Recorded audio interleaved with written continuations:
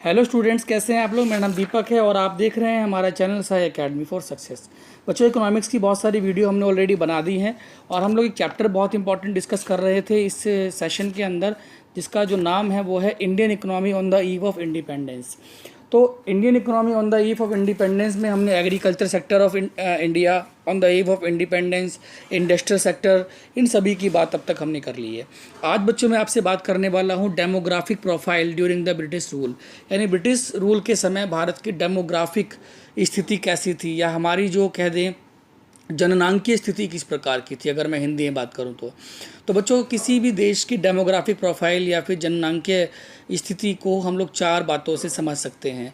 पहली बात है birth rate and death rate, दूसरी बात है इन्फेंट मोर्टेलिटी रेट, तीसरी बात है लाइफ एक्सपेक्टेंसी और चौथी बात है लिटरेसी रेट। तो यहाँ पर हम लोग आराम से इन चारों चीज़ों को डिस्कस करेंगे वन बाय वन, डेफिनेशन देखेंगे। सबसे पहले बात कर लेता हूँ मैं आपसे birth rate and death rate की।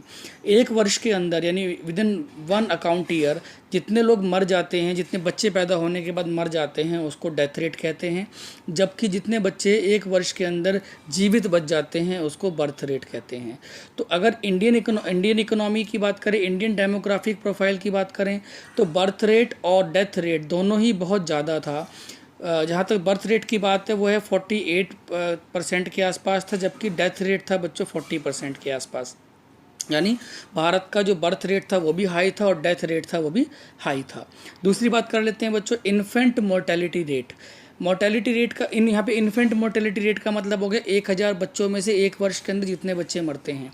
तो ये था हमारा जो आज़ादी के समय था, वो बता दूं 218 पर थाउजेंड था, जो कि आज घटकर 32 पर थाउजेंड हो गया। यानी कि इतना बढ़िया हमारे यहाँ चिकित्सा वगैरह, हॉस्पिटल वगैरह की सुविधाएं हो गई हैं जो उस समय में नहीं थी। बच्चे बहुत ज़्यादा मतलब संख्या में मरा करते थे बच्चों।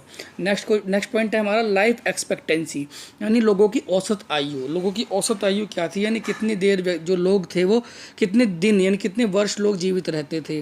तो लाइफ एक्सपेक्टेंसी की बात करूँ मैं तो आज़ादी के समय हमारी जो लाइफ एक्सपेक्टेंसी थी, यानी जिसको हम लोग बोलते हैं जीवन आयु, वो 32 वर्ष थी, जो कि आज बढ़कर 69.4 ईयर्स हो गई है। तो अगर मान लो किसी भी देश में लोगों की जो एक्सपेक्टेंसी है, लाइफ एक्सपेक्टेंसी, अगर वो कम होती है तो वो बताती है कि वहाँ पर हॉस्पिटल की सुविधाएं या हेल्थ केयर की फैसिलिटीज़ कितनी कम है और लोगों के अंदर कितनी लैक ऑफ अवेयरनेस है बच्चों। तो आज़ादी के समय लैक ऑफ अवेयरनेस भी थी, इलिटरेसी बहुत ज़्यादा थी और साथ में बच्चे जो लोग हैं वो बहुत कम जीवित रहा करते थे। नेक्स्ट पॉइंट पढ़ लेते हैं बच्चों लिटरेसी रेट। लिटरेसी रेट यानी भारत में बड़े पैमाने पे इलिटरेसी थी, लोग अनपढ़ थे। लिटरेसी रेट का मतलब होता है कि एक 8 साल 10 साल का बच्चा जब कोई भी एक भाषा लिख या पढ़ सकता है तो उसको लिटरेसी रेट कहते हैं। यानी एनी लैंग्वेज ही और शी कैन राइट और रीड। तो उस समय 16% था हमारा लिटरेसी रेट। और अगर लड़कियों की बात करें तो हालत और भी ख़राब थी, केवल 7% लड़कियां थी जो पढ़ी लिखी थी, यानी जो एक भाषा को लिख या पढ़ सकती थी बच्चों। यहाँ पर एक और टॉपिक में डिस्कस कर लूँ आपसे, थोड़ा समय है हमारे पास, तो डेमोग्राफिक ट्रांजिशन। तो डेमोग्राफिक ट्रांजिशन के अंदर क्या था कि सबसे पहले अगर बात करें कि भारत की जो सबसे पहले जो सेंसस हुआ था, जनगणना हुई थी, वो 1891 में कंप्लीट हुई थी। स्टार्ट तो 1881 में हो गई थी, बट 1891 में पूरे भारत की जनसंख्या कंप्लीट हो गई थी 10 वर्ष के बाद। और इसीलिए हर 10 वर्ष में भारत में सेंसस यानी जनगणना होती है। तो इसमें क्वेश्चन आता है 1921 को ईयर ऑफ ग्रेट डिवाइड यानी महाविभाजन का वर्ष कहा जाता है 1921 को।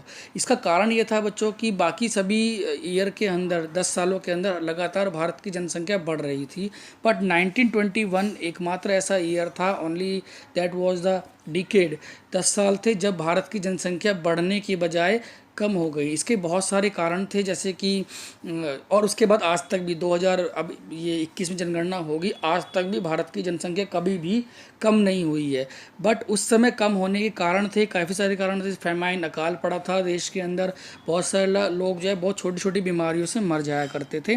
तो ये दो कारण थे जिसकी वजह से उसको great year of great divide कहा जा सकता है। तो बच्चों ये तो था हमारा आज का डेमोग्राफिक ट्रांजिशन।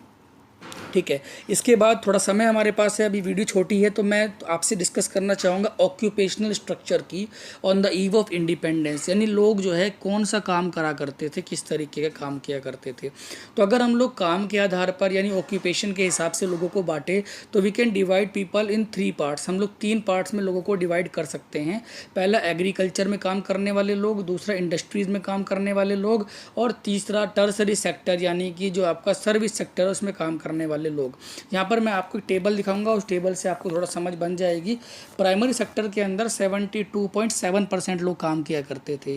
ये 1951 का एक डाटा है मेरे पास जो आप देख पा रहे हैं।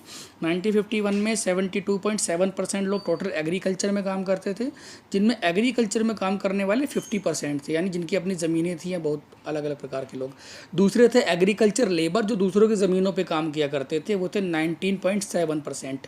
Forestry, fisheries, animal husbandry, plantation, ये सभी भी क्योंकि प्राइमरी सेक्टर के अंदर आते हैं, जैसे वन वगैरह से लकड़ी वगैरह इकट्ठा करना, मछली पालन करना, एनिमल पशु पालन करना, प्लांटेशन करना, इन सब में 2.4% लोग थे। और खनन में यानी माइनिंग के अंदर केवल 0.6% लोग काम किया करते थे बच्चों। ये तो बात हुई प्राइमरी सेक्टर की। सेकेंडरी सेक्टर के अंदर देखो, क्योंकि we can divide secondary sector into 2 parts, तो यहाँ पर पहले बात कर रहे थे small and large scale industries की।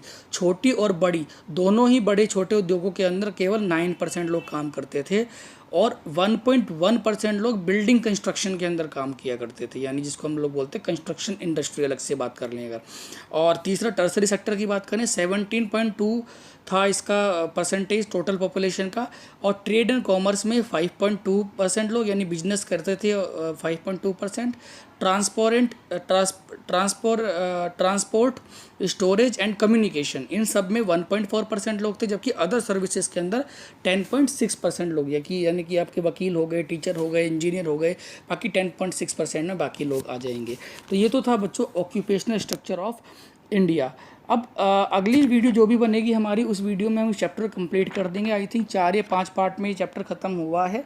अगर वीडियो अच्छी लग रही हो तो लाइक कर देना, और बहुत अच्छी लगी है तो शेयर कर देना। चैनल को सब्सक्राइब कर दीजिए ताकि आगे इकोनॉमिक्स की वीडियो बनाऊँ तो आप तक पहुँचते रहे। Thank you.